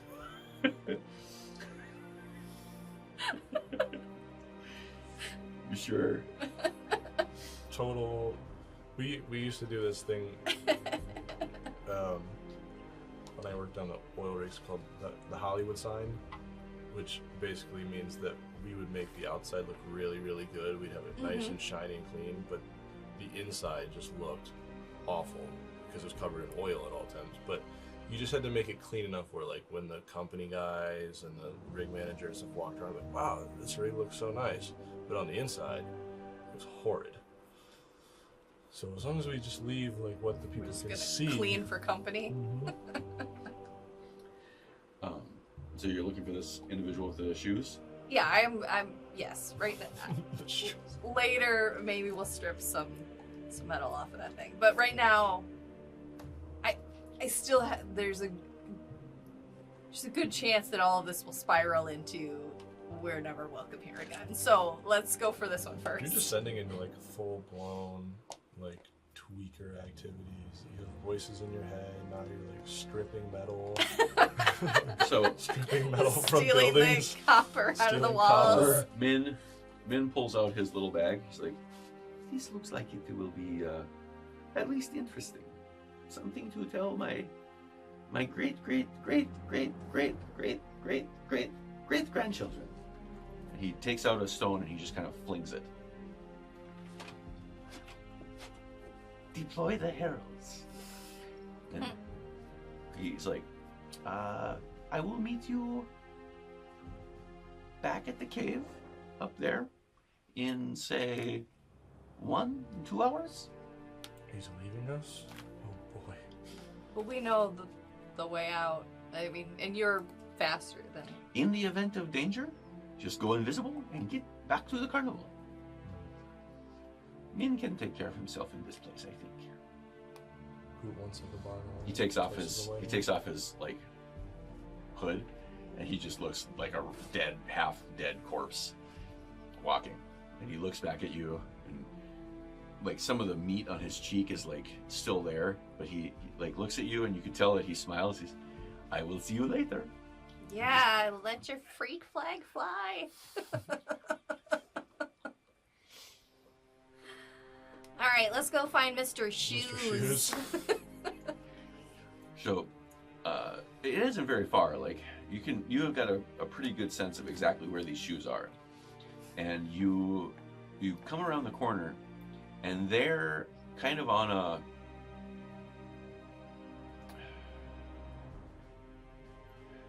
In normal parlance, it would be like a divider wall that would have like plants growing on it. But in this context, it is like a bone structure that has like, I guess, a pool of water in it, right? Like really stagnant water. There's some green something growing in there, giving off just a little bit of a green light with its bioluminescence. And in the soft red glow that is the light in this area, you see in front of you a undead or half-dead minotaur. The horns just massive and coming out as it is like drinking water from this like trough. That's another question I have. It being that we're the only two living creatures, have we gotten any like weird? Yeah, no weird looks. I mean, it's hard to tell. They're all bones. But no like side glances or long I mean, you've stares? gotten like No body stature, like pointing and no, screaming. it like like Skyrim when you're sneaking and like the little eye starts to open up, like people are noticing you. what you're getting is like when you walk by somebody, they'll like take a look at you and like kind of navigate to get out of your space. But everybody is so kind of intent on what they're doing, they don't really have time for you unless you like do what Min did and actively engage.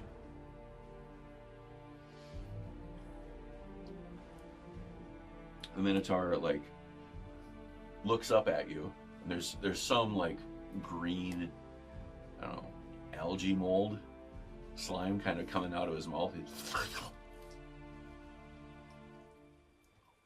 You look very alive for this place. What brings you here? Stands up now, and this is a big fucker. It's a good question. I was looking for shoes, but I didn't think I was looking for horseshoes. Is this what I was hearing? The clip clop of horseshoes? He has. I mean, he has regular feet, but like he has a bull head. Oh, okay.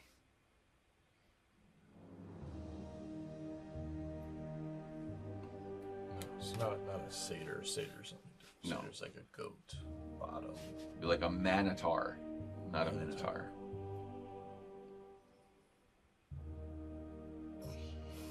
Just thinking about how ridiculous that looks. Like I'm just picturing like a guy in a suit and then just like a bull head on top. He's not wearing a suit. He's A got horse head. Yeah. Like, he's got like it's that cartoon. like kind of from like Bojack. Yeah. from like his elbows here, Mm-hmm. like up.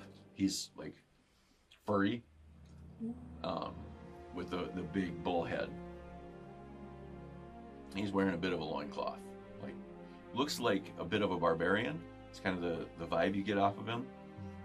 And then like as he like stands up, you see him reach for the axe that's leaning up against the wall as he like scrapes it across the ground. Like he doesn't pick it up, but he's just kind of scraping it across the ground as he like turns towards you. Whoa, buddy. Yeah, so, you seem to be the youngest one around here. And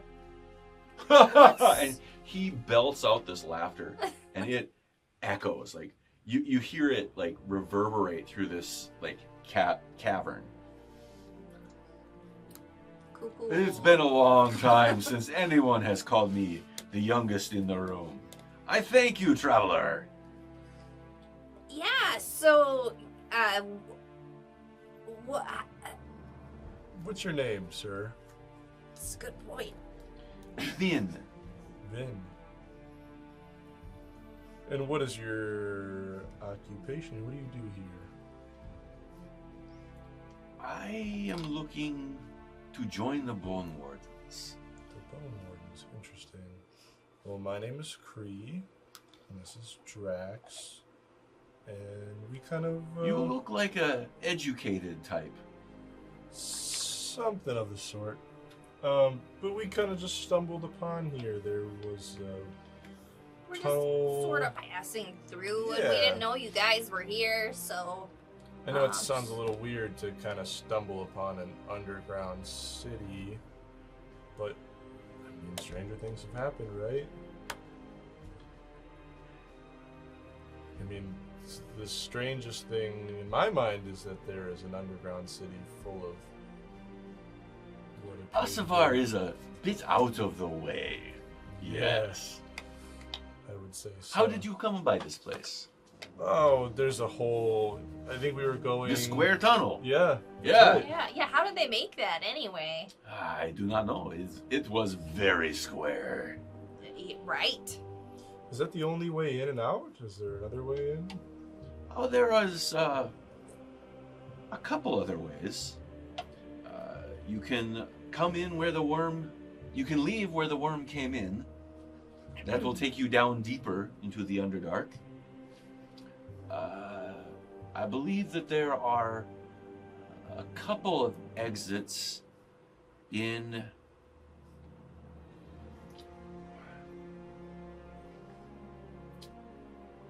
the direction that way. And he points kind of like there's that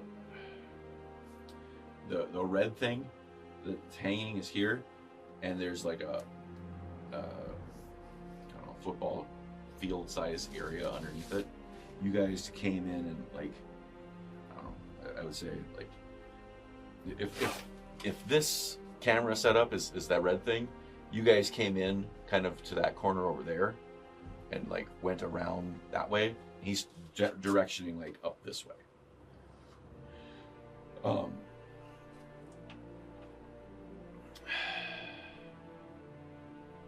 You could head that way and find a couple of exits. There is the Maw Gate, where the worm entered, and I believe that is all I know about. Also, just a question, and you don't have to answer. I don't know if this is rude or not. So my apologies if it is. But how did everyone, like... Die? Yeah, or... Oh, they have been dead from before they were alive. Yeah, how is everyone still kicking? From what I understand, these are the souls of the consumed by Vorgath. From what you understood, were you consumed by Vorgath? Oh no, I came down the square tunnel just like you. And then how did you end up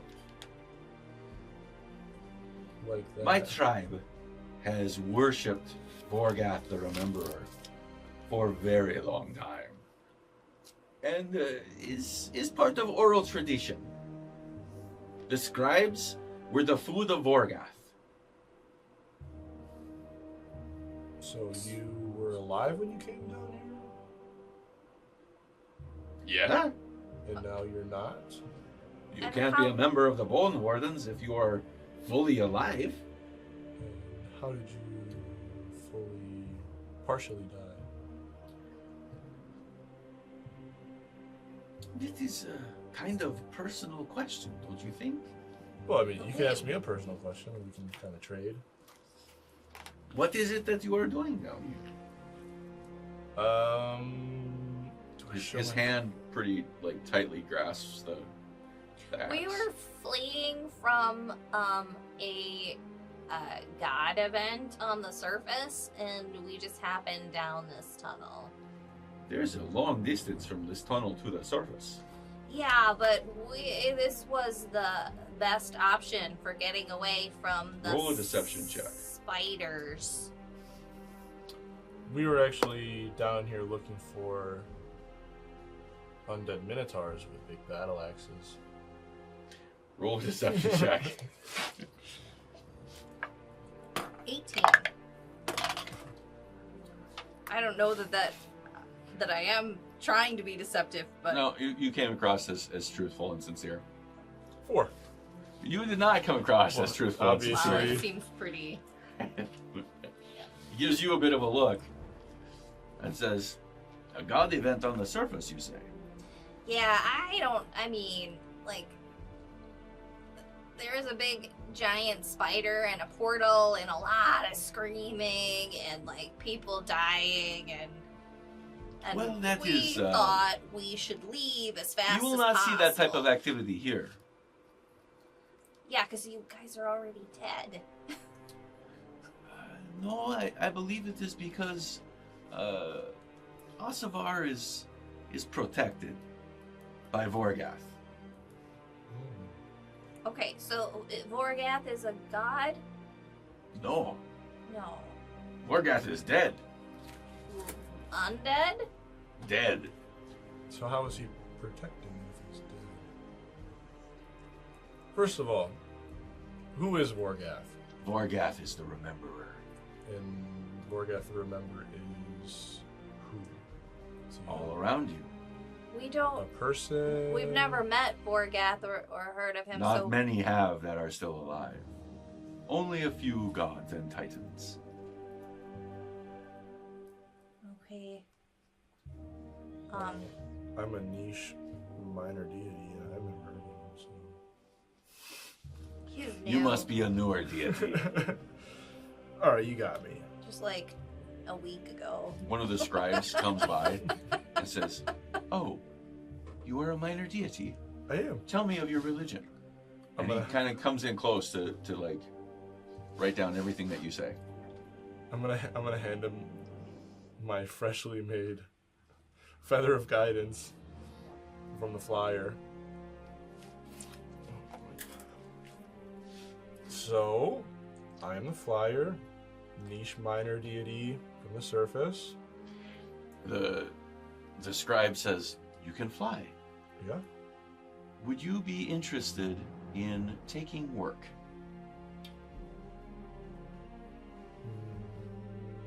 Maybe, depending on what kind of work it is. We are willing to pay. What do you guys pay? We can Yeah. pay you in whatever denomination you are interested in. Triangulars, no. Gold is preferable. Platinum, even. Gold and platinum is something that we can do. What are your rate? It's not. Vin says, "Oh, look at you. You have already made yourself money in this place." It's not cheap. I'll just say it's not cheap to rent A minor deity. the time of a niche minor deity from the surface. All right.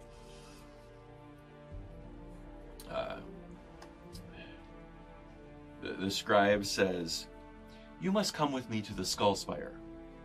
Right now. Well, you may go to the Skull Spire and inquire about patronage from Archivist Lethra, as she has needs for someone who can fly.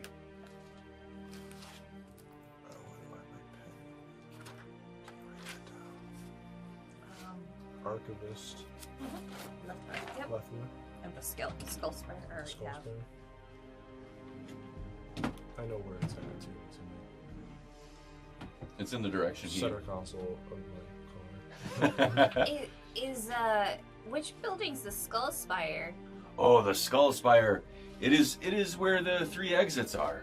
Okay. Does he point to it? Yeah, and it's the one that's like this Okay. way. It's not the one that's glowing, is it? For Drax?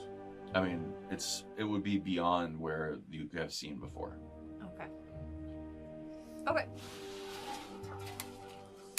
I mean, like, so are there places that, like, you guys can't get to? Like, can you guys get up there? Points to the library thing that we were just in.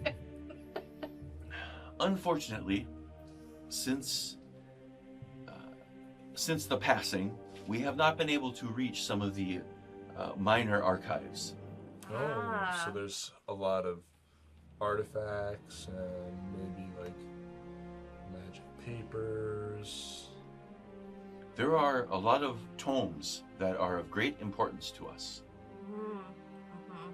That you would need someone who could fly to go reach. Right. So they're like Yes. really important to you, right? We have sections of tomes that are missing in the Grand Archive. Sounds like big money. Also sounds like we probably stole some of their shit already. Have I had an opportunity to look at those papers that I picked out? No. We're going back to the caravan Yeah, I suppose now wouldn't be a good time to pull those out in front of him. Or her, I don't know.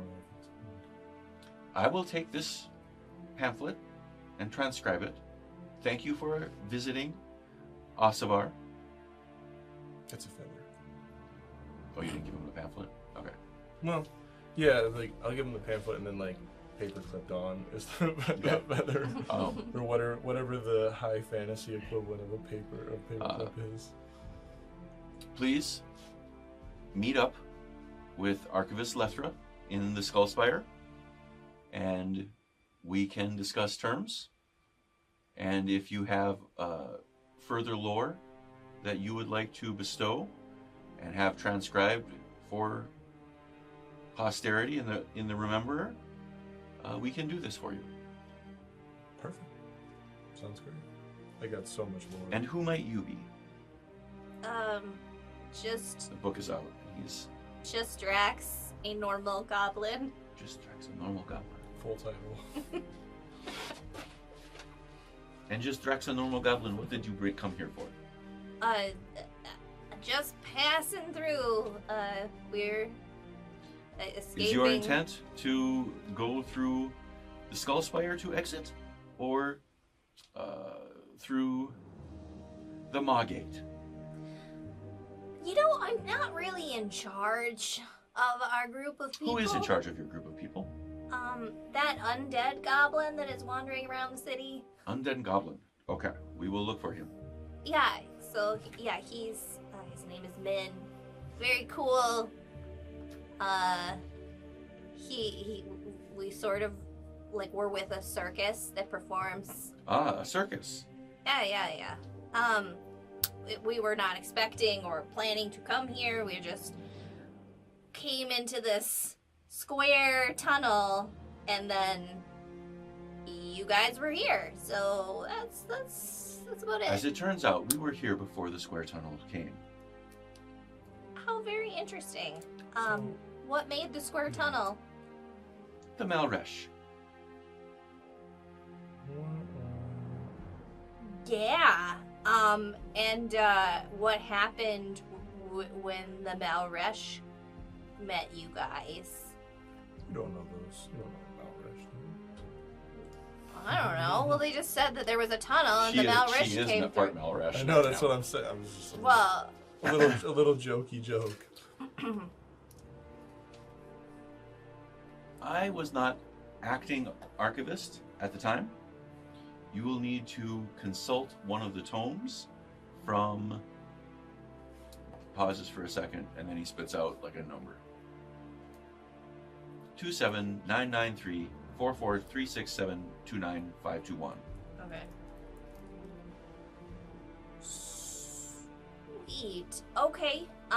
And who would know where that is? Is there like a head That tome librarian? sits in the Skullspire Skullspire. with Archivist Lethra would be able to get you access.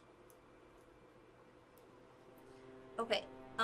Or any of the other high scribes. All right. Let me just ask one question that maybe you don't know because it's not very specific. Was that interaction bad? You just have, like, there's a section of, like, just a split second where you hear as, like, two massive metal gears scrape by each other, and the whole ground shakes. What was that?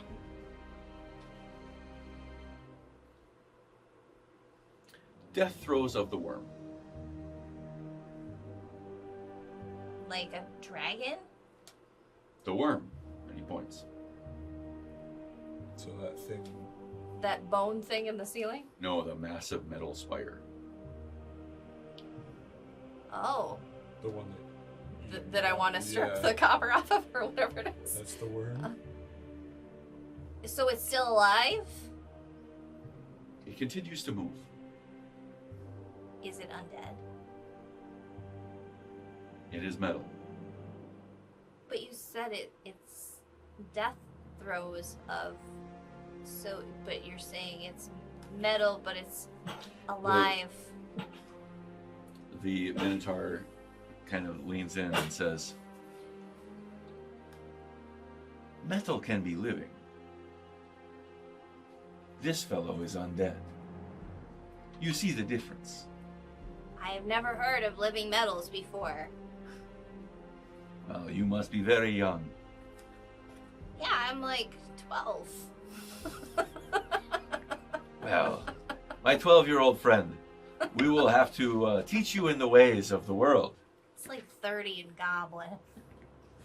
Is that canon? You're like really 12 years old? I mean, goblins. Yeah, she Yeah, actually. yeah. Oh my god. I mean, like, I'm an adult, but Goblins but have a short goblins have a lifespan. short, like, 60 is old. Like, that's it. Like, so like they, I think, what is it, like at between 6 and 8, like they're an considered adult, an adult, yeah. right? And that's a full-grown goblin. And then They just don't get much taller. right, and then there's a very high like chance that they get squished or eaten or something in between that. So like not many goblins even live to be like 60 years old in extreme old age.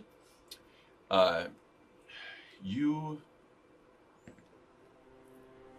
out of the corners of your eye, and the Vin sees it. Vin picks up the axe, turns around, jumps over that little trough, and starts running. And you see a skeleton that has like a metal contraption like inside its rib cage. Like it is mostly like bare bones. Like there doesn't seem to be any cloth on it, just a metal like clockwork inside its rib cage. And it is like running and just throwing, like bumping people over, like knocking them down, their books go flying. And it jumps into a window of a like shop, of a establishment. And you hear just crashing, crashing, and crashing. And it like bursts through the door. And at this time, Vin is just about there. Bursts through the door. And you can see in its hand, there is like a small piece of metal. Like it's maybe like it looks actually kind of like this. It's like straight with like a little round piece on it. Mm-hmm. And get that back where it goes there. And as he like takes 2 steps outside the door, Vin hits him with the side of the axe, like the flat of the axe, and throws it up against the like bone wall. It hits hard, right? And this chunk of metal comes flying out of its hand. It lands on the ground, and it does like